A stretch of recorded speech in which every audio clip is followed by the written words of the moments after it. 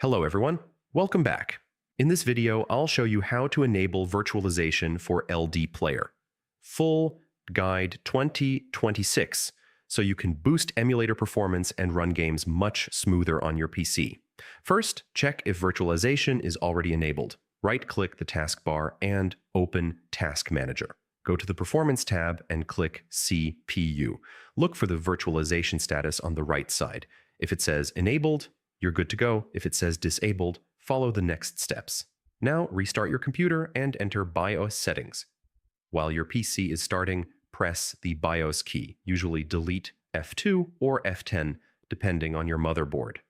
Inside BIOS, navigate to Advanced Settings or CPU Configuration. Look for options named Intel Virtualization Technology or AMD-V. Once you find it, change the setting to Enabled. Then save changes and exit BIOS, usually by pressing F10 and confirming save.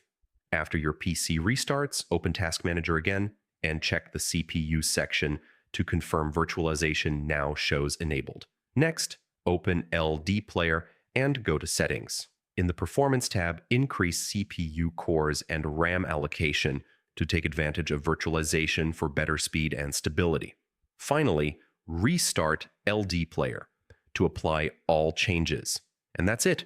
Virtualization is now enabled, and LDPlayer should run faster with smoother gameplay and improved FPS. If this guide helped you, don't forget to like the video and subscribe for more LDPlayer tutorials. Thanks for watching.